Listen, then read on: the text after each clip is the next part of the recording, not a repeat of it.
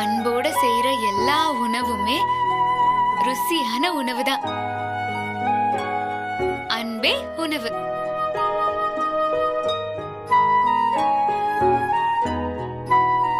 Hello, எப்படி இருக்கீங்க?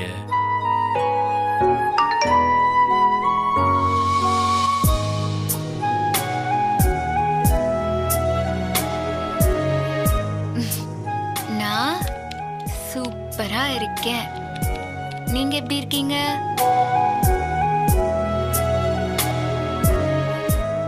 நான் ரொம்ப சுமாரா இருக்கேங்க. என்னங்க இப்படி சொல்றீங்க? ஆமாங்க, இன்னைக்கு எனக்கு ஒரு மோசமான நாள். என் லைஃப்ல எப்பவும் எதுலயும் தோத்ததே இல்லை. ஆனா இன்னைக்கு என்னவோ நடந்துருச்சு. என்னால இந்த தோல்வியை தாங்கிக்கவே முடியலங்க. ஏன் இவ்வளோ ஹர்ட் ஆகுறீங்க? ஏதோ ஒரு விஷயத்துல தோத்துட்டீங்க, அவ்வளோதானே? எவ்வளோ ஈஸியா சொல்றீங்க. எனக்கு அப்படி இல்லைங்க. என்னால தோல்வியை ஜஸ்ட் லைக் தட் எடுத்துக்க முடியாது. ஒரே அவமானமா இருக்கு. எப்படிங்க தோல்வி அவமானமாக முடியும்? தோக்குறதும் வாழ்க்கையில ஒரு பகுதி தானே. இன்னைக்கு ஏதோ ஒரு விஷயத்துல நீங்க நினைச்சது நடக்கல, நாளைக்கு வேற ஒரு விஷயத்துல நீங்க நினைச்சதை விட சூப்பரா நடக்கும். இந்த தோல்விங்கிறது ஒரு ஸ்பீட் பிரேக்கர் மாதிரி தான் வைங்களேன். என்ன கேட்டா தோல்வி நல்லதுன்னு சொல்லுவேன். அதுதான் நமக்கு வாழ்க்கையில பல நல்ல விஷயங்களை சொல்லி தரும். என்னங்க நீங்க கரை நல்லதுன்ற மாதிரியே சொல்றீங்க? ஆமாங்க, தோல்வி ரொம்ப ரொம்ப நல்லது. அப்பதான் நாம கத்துக்க முடியும். ஜெயிச்சுட்டே இருக்கும்போது நம்ம குறை என்னங்கிறது நம்ம கண்ணுக்கே தெரியாது, யாரும் அதை சொல்லவும் மாட்டாங்க. தோக்கும் போதுதான் எங்க தப்பு பண்ணோம், எதை மிஸ் பண்ணோம்னு யோசிச்சு பாப்போம். அடுத்த வாட்டி இன்னும் கொஞ்சம் கவனமா இருப்போம். தோல்வியே இல்லாம தொடர்ந்து ஜெயிக்கும் போது என்ன ஆகும் தெரியுமா? எங்கேயாச்சும் ஒரு அடி வாங்கும் போது அதை தாங்கிக்கவே முடியாது. அதனால சின்ன சின்ன தோல்விகளை அப்பப்போ நாம சந்திக்கணும். அதுதான் நம்மள பக்குவப்படுத்தும். எனக்கு கூட இன்னைக்கு நாள் ரொம்ப மோசமா தான் ஆரம்பிச்சது. ஆனா கடைசியில முடியும் போது ரொம்ப ஹாப்பியா சந்தோஷமா என் வாழ்க்கையிலேயே மறக்கவே முடியாத நாளா அமைஞ்சது. அது போல திடீர்னு ஒரு மேஜிக் உங்க லைஃப்லயும் நடக்கும். நல்லா பேசுறீங்க. ஒன்னும் இல்ல, அப்படியே கண்ணை மூடி கொஞ்ச நேரம் உட்காருங்க. காலையில இருந்து என்ன நடந்துச்சுன்னு யோசிச்சு பாருங்க. எங்கெல்லாம் மிஸ் பண்ணீங்கன்னு ஒரு லிஸ்ட் போடுங்க. அடுத்த வாட்டி அதை மாத்துங்க. எல்லாமே நல்லதா நடக்கும். தேங்க்ஸுங்க. இதுக்கு தாங்க உங்ககிட்ட பேசணும்னு நினைச்சேன். மனசு நிறைய பாரத்தோட பேசின எனக்கு அவ்வளோ பாசிட்டிவா வைப் கொடுத்துருக்கீங்க. நான்லாம் கொடுக்கல, அது உங்களுக்குள்ளேயே தான் இருக்கு. அதை ஜஸ்ட் ஞாபகப்படுத்தினேன், அவ்வளவுதான். Thanks for your time. அப்புறம் சாப்பிட்டாச்சா? சாப்பிட்டேனே, நீங்க சாப்பிட்டீங்களா? சாப்பிட்டேங்க. என்ன சாப்பிட்டீங்க? கிச்சடி. கிச்சடியா? கிச்சடி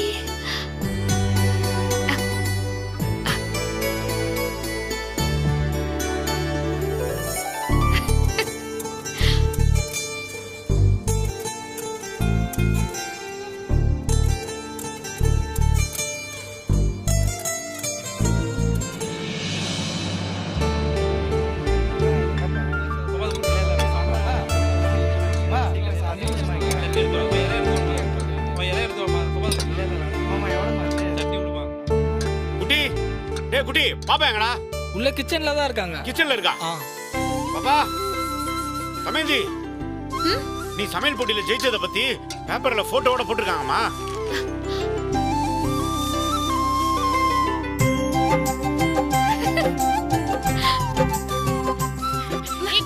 7 ஸ்டார் இன்டர்நேஷனல் நடத்திய சமையல் போட்டியில் முதல் பரிசு ரூபாய் 3 லட்சத்தை சென்னையை சேர்ந்த பூரணி வென்றார் அப்படின்னு போட்டிருக்கமா.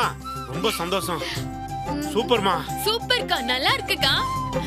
குட்டி பாரு, செம்மையா இருக்குல்ல? அமைந்தி, ஆ, அம்மா மட்டும் இருந்திருந்தா இப்ப எவ்வளவு சந்தோஷப்பட்டிருப்பாங்க. இப்பவும் அம்மா நம்ம கூட தானே இருக்காங்க. அது என்னமோ உண்மைதாமா. அக்கா, இங்க வரவங்க போறவங்க எல்லாரும் நீ செஞ்சி அந்த கிச்சடி அது வேணும் வேணும்னு சொல்றாங்கக்கா. நான் இல்ல இல்லன்னு சொல்லி வாயே வலிச்சிருச்சு தெரியுமா? ஆமாங்கா, அதை கேட்டு கேட்டு அந்த கிச்சடிய எனக்கு சாப்பிடணும் போல ஆயிடுச்சுக்கா. அதுக்கு என்னடா, நாளைக்கே செஞ்சுட்டா போச்சு.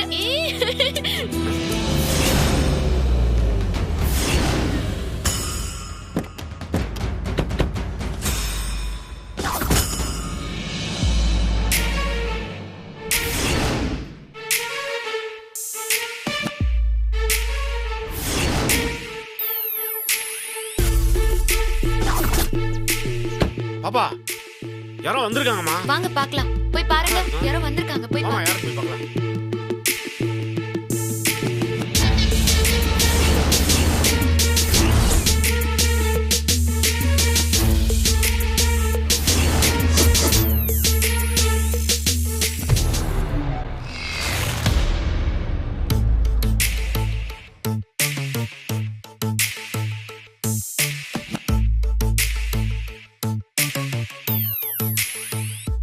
வணக்கங்க.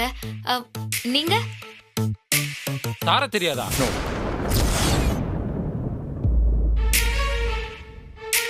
என் பேர் ஏஜிஆர்னு சொல்லுவாங்க. சும்மா கொஞ்சமா 200 to 300 crores பிஸ்னஸ் பண்ணிக்கிட்டு இருக்கேன். என்னை பற்றி உங்களுக்கு தெரியாமல் இருக்கலாம், ஆனால் இன்னைக்கு ஹோட்டல் இண்டஸ்ட்ரியே உங்களை பற்றி தான் பேசிக்கிட்டு இருக்கேன். வெறும் கிச்சடி செஞ்சு ஒட்டுமொத்த இண்டஸ்ட்ரியவும் உங்களை பற்றி பேச வச்சிட்டீங்க. Thank you sir. என்ன சாப்பிடுறீங்க? எனக்கு எதுவும் வேண்டாம். உங்களுக்கு ஏதாவது கொடுத்துட்டு போலான்னு தான் நான் வந்தேன்.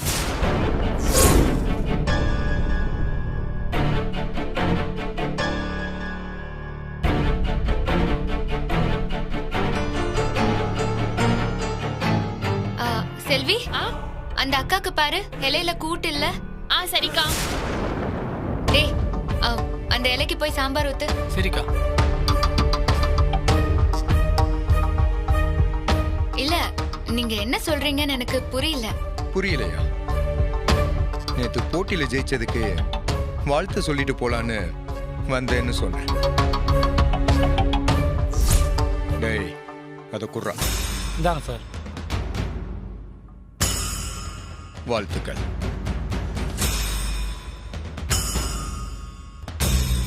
எதுக்கு இதெல்லாம்? அட, வாங்கிக்கிங்க. தேங்க்யூ. அதுக்கப்புறம் நேத்து போட்டியில நீங்க தோக்கடிச்ச பொண்ணு இருக்காளே, அவ இந்த இண்டஸ்ட்ரியில ரொம்ப முக்கியமான ஆள். அந்த வீட்டு பொண்ணு தோக்கடிச்சதுதான் தரமான சம்பவம்.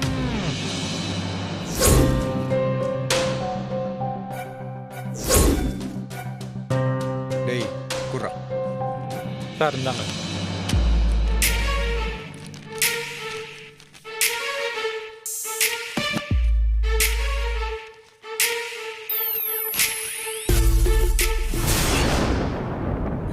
இந்த சிட்டில எனக்கு சொந்தமா நிறைய ரெஸ்டாரண்ட்ஸ் இருக்கு.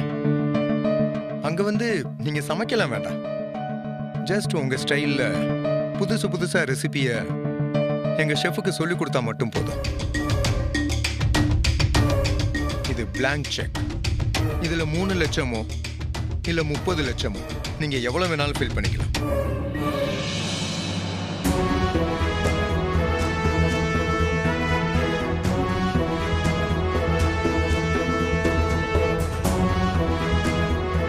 என் ஆஃபரை அக்செப்ட் பண்ணிக்கிறதா இல்லையான்னு நீங்க யோசிச்சு முடிவு பண்ணுங்க.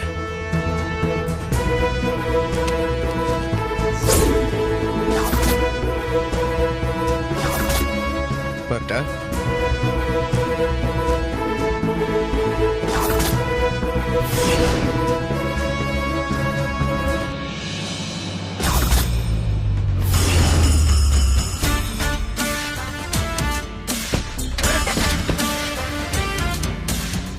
என்னது 3 லட்சம் 30 லட்சம்னு சொல்றாரு? ஒட்டுமொத்தமா எல்லா கடையும் அடைச்சிடலாம் போல இருக்கமா?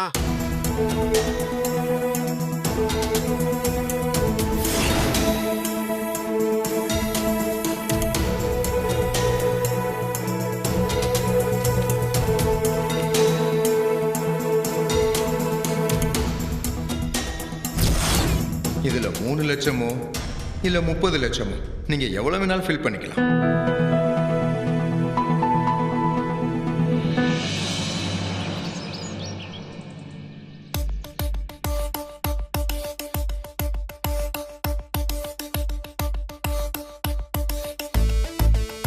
ஏய், 1000ல் ஒருத்தனா பிசினஸ் பண்ண இந்த நலன் எதுக்குடா? சொன்ன டீல முடிச்சுட்டு எனக்கு பேசு.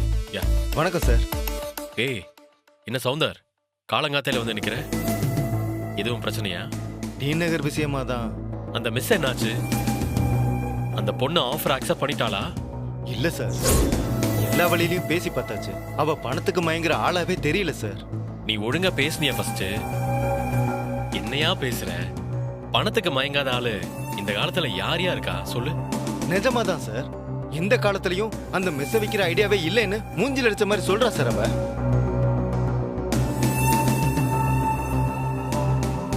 இது வரைக்கும் நீ அவகிட்ட நேரடியா தானே பேசிட்டு இருக்க? ஆமா சார். அடுத்த தடவை ரூட்டை மாத்து. நேரா அந்த பொண்ணோட வீட்டுக்கே போ.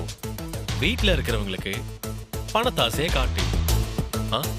எல்லா வழிக்கு வரும்னு நினைக்கிறேன். Super sir. இனி அந்த ரூட்லயே போறேன் சார். சீக்கிரமா டீல முடிச்சு சொல்லு, புரிஞ்சுதா? சரிங்க சார். தம்பி. சார் வணக்கம் சார். சொல்லுங்க சார். ஏன் தம்பி, நீ ரியல் எஸ்டேட் ஏஜென்ட் தானே? ஆமா சார். ஆமா, நல்லன்னு ஏதோ பேசிட்டு இருந்தானே, என்ன விஷயம்? அது வந்து சார், நம்ம டி நகர் பிரான்ச் மட்டும் ரொம்ப நாளா ரேட்டிங்ல பின்னாடியே போயிட்டு இருக்கு சார். அதுக்கு காரணம் அங்க இருக்கிற அன்னபூர்ணி மெஸ் தான் சார். அதனால அதை எப்படியாச்சும் வாங்கிடணும்னு சாரு போய் பேச சொன்னார் சார். ஆனா அந்த மெஸ்ஸை நடத்துற பொண்ணு என்ன விலை கொடுத்தாலும் மெஸ்ஸை விற்க முடியாதுன்னு சொல்றாங்க சார். எவ்வளவு ரேட் சொன்ன? 5 கோடி வரைக்கும் சொல்லி பார்த்தாச்சு சார். ஏண்டா, ஒரு சின்ன மெஸ்ஸை காலி பண்றதுக்கு 5 கோடியா? ஏயா, அறிவு இருக்காயா? இங்க பாரு, இந்த மேட்டரை நான் டீல் பண்ணிக்கிறேன். என் வழியில டீல் பண்ணாதான் இதெல்லாம் சரியா வரும். புரியல சார். என்ன பேச வேணாம்னு சொல்றீங்களா? ஆமாயா, இனிமேல் டி நகர் மெஸ் விஷயத்தை பத்தி யார்கிட்டையும் பேசாத. இதை எப்படி பேசி முடிக்கணும்னு எனக்கு தெரியும், நான் பார்த்துக்கிறேன். இந்த ஹோட்டல் டீட்டெயில்ஸ் எனக்கு அனுப்பிச்சு விட்டுரு. சரிங்க சார். நல்லன் சார் கிட்ட ஒரு வார்த்தை. டேய், நான் பேசிக்கிறேன்னு சொல்லிட்டேன்ல, நீ போ. ஓகே சார், வரேன் சார். அந்த மெஸ்ஸை வாங்குறது இப்போ நலனுக்கு அது தன்மான பிரச்சனை. ஸோ இதில் தலையிட்டு அந்த பிரச்சனையை முடிச்சு கொடுத்தோம்னா அப்போதான் நம்ம வெயிட் என்னன்னு அவனுக்கு புரியும். பண்ணுறேன். இந்த ராம் பிரசாத் யாருன்னு அவனுக்கு புரிய வைக்கிறேன்.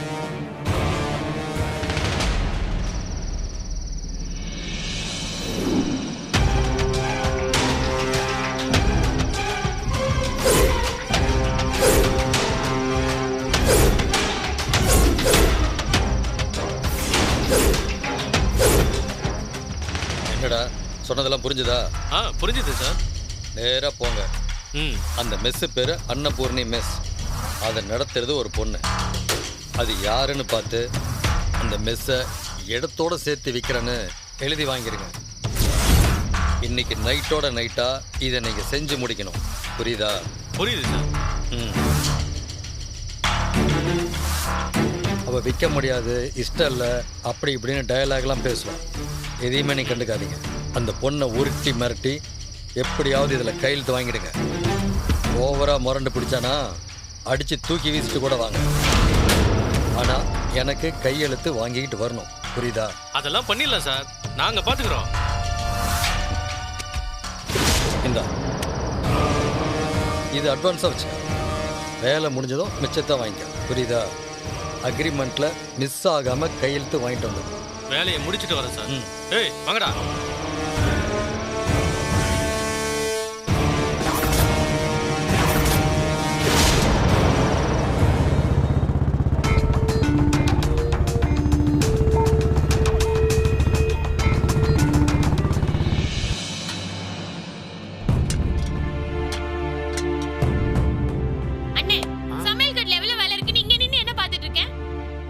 அன்னபூர்ணிமா போட்டோ இருந்துச்சு, அதையும் அந்த ரவுடி பசங்க உடைச்சு போட்டு போயிட்டானுங்க.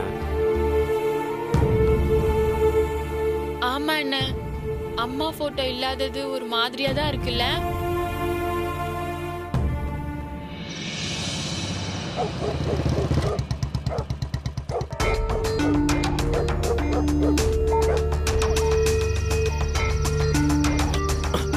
பாஸ், என்ன ஈசிஆர் போலாம் பெசன் நகர் போலாம்னு சொல்லிட்டு சுத்தி முத்தி கடைசியில இங்க வந்து நிப்பாட்டி இருக்கீங்க. டேய் இருடா, எவ்வளோ டீல் பேசியும் பணம் முக்கியம் இல்லைன்னு சொல்ற ஆளு யாருன்னு தான் பாப்போமே. உங்ககிட்ட மட்டும் டீலுக்கு என்ன ஓகேவா சொல்ல போகுது? நேர்ல பார்த்து பல்ப் வாங்கணும்னு ஆசைப்படுறீங்க, தடுக்கவா முடியும்? Okay. வாங்க போலாம் பாஸ்.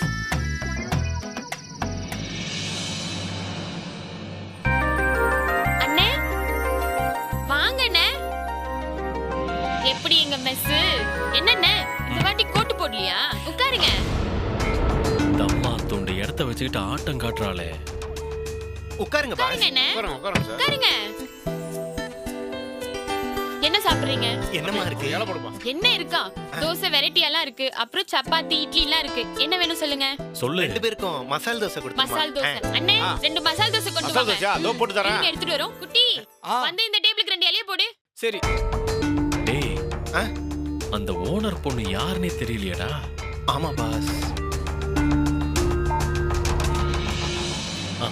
யாரா இருக்கும்? அண்ணா கை எடுங்க. அண்ணே மசால் தோசை வந்துருச்சு. போடுமா போடுமா. இந்தாங்க. பா என்ன சூடு. ஏய் சட்னி சாம்பார் வை.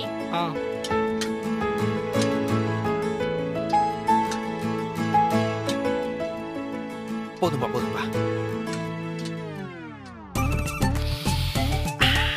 பாஸ் மசாலா வாசனையே தூக்குது பாஸ். அன்னைக்கு மீல்ஸ் ஒரு பிடி பிடிச்ச மாதிரி இன்னைக்கு டிஃபன் ஐட்டத்தையும் பிரிச்சு மேஞ்சிட வேண்டியதுதான். இன்னைக்கு ஒரு புடி. அப்ப இங்கே வந்து வேலைக்கு சேர்ந்துக்கிறியா? என்ன பாஸ், எல்லாத்துக்கும் கோவப்பட்டா எப்படி? டேய் சாப்பிட்றா.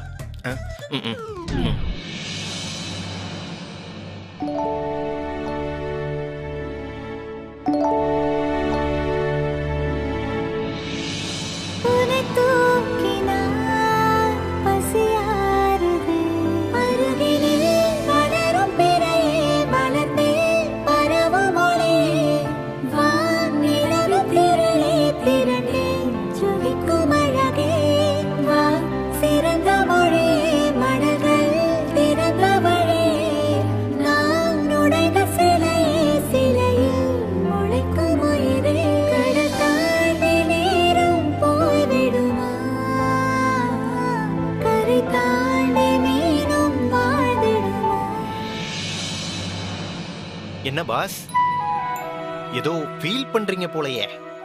ஒண்ணும் இல்ல, நீ சாப்பிடு. இட்லி வேணுமா? இந்தாங்க. என்னம்மா உங்க ஓனர் அம்மாவை காணோம்? அக்கா வெளியில வேலையா போயிருக்காங்கக்கா, இப்ப வந்துருவாங்க. என்ன பாஸ், வெயிட் பண்ணி பார்த்துட்டு போவோமா? ஆமா, அதுக்கு தானே வந்திருக்கோம். சாப்பிடு. சரிங்க பாஸ்.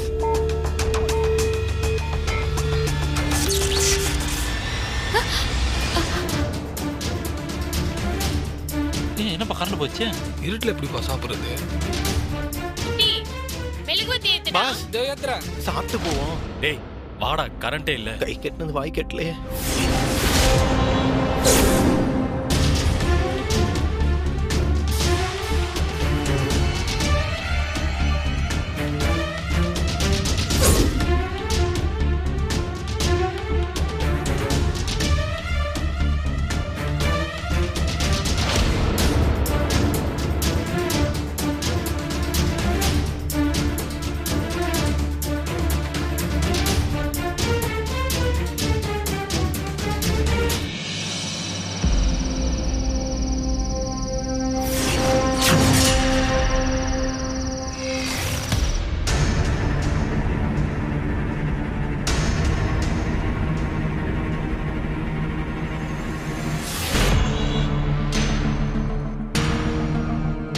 பவர் கட் ஆயிடுச்சு. அதான பாஸ், எங்கேயாவது லைன் கட் ஆகி வேலை பார்த்துட்டு இருக்காங்களோ? அப்படியே தான் இருக்கும்னு நினைக்கிறேன். சரி வா, இன்னொரு நாள் பார்த்துக்கலாம். ஐயோ